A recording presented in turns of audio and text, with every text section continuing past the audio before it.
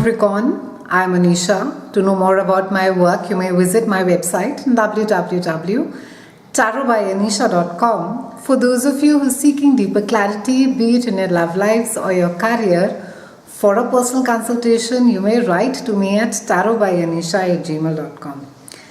Capricornians, welcome to your 2018 forecast. It's quite a spectacular year. We've had some major planets that have moved. We've had Jupiter that moved around 22nd of October 2017, and then we had the mighty Saturn that has moved out of Sagittarius and into your sign Capricornian. This happened in December 2017. Now Saturn has moved into your own sign Capricornian, and you are the ruling planet of Saturn. So you understand the heaviness and responsibility like no other zodiac does. So out of all the zodiacs, you are going to be least worried about the responsibility or the heaviness that Saturn brings with it, because Saturn is very comfortable being in its ruling planet. Now we've already had Pluto that has been there in your sign since the last couple of years, and it carries on being there for the next couple of years as well. And Pluto is the god of underworld. He is everything that has to do beneath the surface, be it Pluto is also associated with rebirth, with renewal, transformation, new beginnings, spiritual growth. And on a negative connotation, Pluto can bring about a lot of greed and a lot of hunger for power. For you, this is happening because it is there in your own house. It's for the next 2.5 years, it's a time to overhaul yourself, Capricornians. There is a lot of contemplation that has happened for you for the last 2.5 years, with Saturn being there in your house of service and your deep psyche. And now when it has moved into your own house, it's indicating the changes that need to get done. And Capricornians, you don't really like changes much. You're quite happy with routine, you're quite happy with knowing, with predictability. But with Pluto being over there, Pluto is going to keep digging and taking you back to the things which are there at the root cause of what is it that really hurts. And there is a lot of healing that can get done simply by just breaking the patterns, Capricornians. And it can be and because this has to do with yourself, on how it is and what is it that you want for yourself, where is it that you see yourself, how it is that you want others to perceive you, your own dreams, your desires. In fact, this house of self is one of the toughest houses for astrologers to read, because your own dreams and desires are very, very unique to you. So it's very hard to sort of, predict those. On the 31st, we have a lunar eclipse that is there in Leo, and this is there in your house of joint finances and resources. And it's a time really of starting a dialogue as far as power struggle is concerned, who gives what and where. In certain cases, it can actually bring about a dialogue as far as sharing of resources is concerned.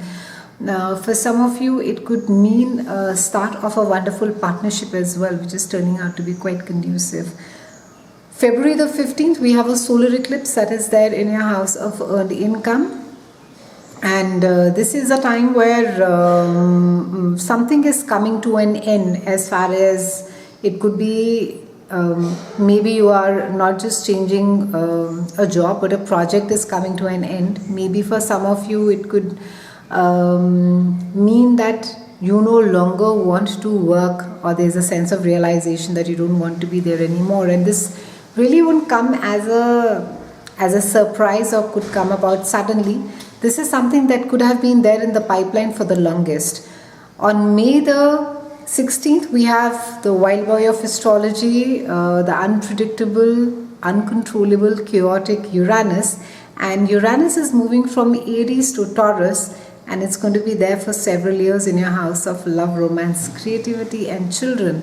Now, what this means is that first, the good news is, because there's a lot of the larger, the heavier planets are all in Earth sign, and you are there in Earth sign. So there is a already a conducive, a supporting energy that is there. We have Uranus that is there in Taurus, that is your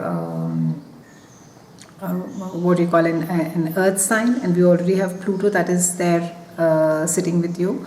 So this entire energy is not going to be negative for you, but yes, the unpredictability of it could be something that could catch you by surprise. So you can expect some surprises coming, either from your children, that you have not expected something and something happens in their lives or is happening, or this unpredictability. It can be in love relationships. Things could quite turn suddenly. Either some of you could get married, or some of you could just break away suddenly despite having a long relationship. For some of you, you could be quite, as far as all creative projects are concerned, there's a lot of inspiration around it. So you can expect to be really inspired and be your creative self. In fact, the Uranian energy is wonderful for any kind of creativity. From June 26th to August 27th, we have Mars that is retrograde in your house of earned income, and that's also the house of your self-worth. And Mars over here is first of all not a great time to be getting a surgery done. Also not a great time to be, because it's there in your house of money. I would say that do just have a look at your finances. Maybe you need to be rebudgeting something. Maybe you need to be planning for something that you have not planned through before. For some of you, it could be that a money issue is coming to an end. And finally there's sort of, you're releasing it and you're letting it go. July 12th, we have a solar eclipse that is there in your house of marriage and business partnerships. And this is, it's speaking about maybe some conversations, some maybe hard conversations that need to be had, either with a close business partner or within the marriage, just to clear the air. August 11th, we have a solar eclipse in Leo, and that is there in your house of joint finances, resources and transformation. And solar eclipse over here is, again, I think there's a lot of focus on cooperation, collaboration, joint partnerships, and a lot of flexibility. And I think in certain situations, more than flexibility, they would be sort of letting go of the situation in itself as well. You realize that there is no other option but to sort of leave the situation. From October 5th to November 17th, we have Venus, which is initially retrograde in your house of groups of friends, and then it moves back to your house of career. So during a Venus retrograde, not a great time to be doing anything beautifully, aesthetically. Try not to buy something really expensive, beautiful, for the simple reason you may find it really nice stuff again. It can be that you could be feeling slightly low energy during, not wanting to really socialize with your friends, and even work-wise it could be slightly sluggish, wherein that you'll feel you really have to sort of push yourself and get things done. We're closing the year on November 8th with Jupiter that has moved to Sagittarius, and it's there in your house of service the entire year, Capricornian. So you will find your sense of wanting to help others, wanting to be there, the compassion needle rise up really high. And even for those of you wherein that you have thought that you really to the degree of how much you can get involved with a charitable organization, now's the time that you'll find yourself really committing yourself to it. Have a fantastic 2018. I'll see you again soon, and thank you so much for watching.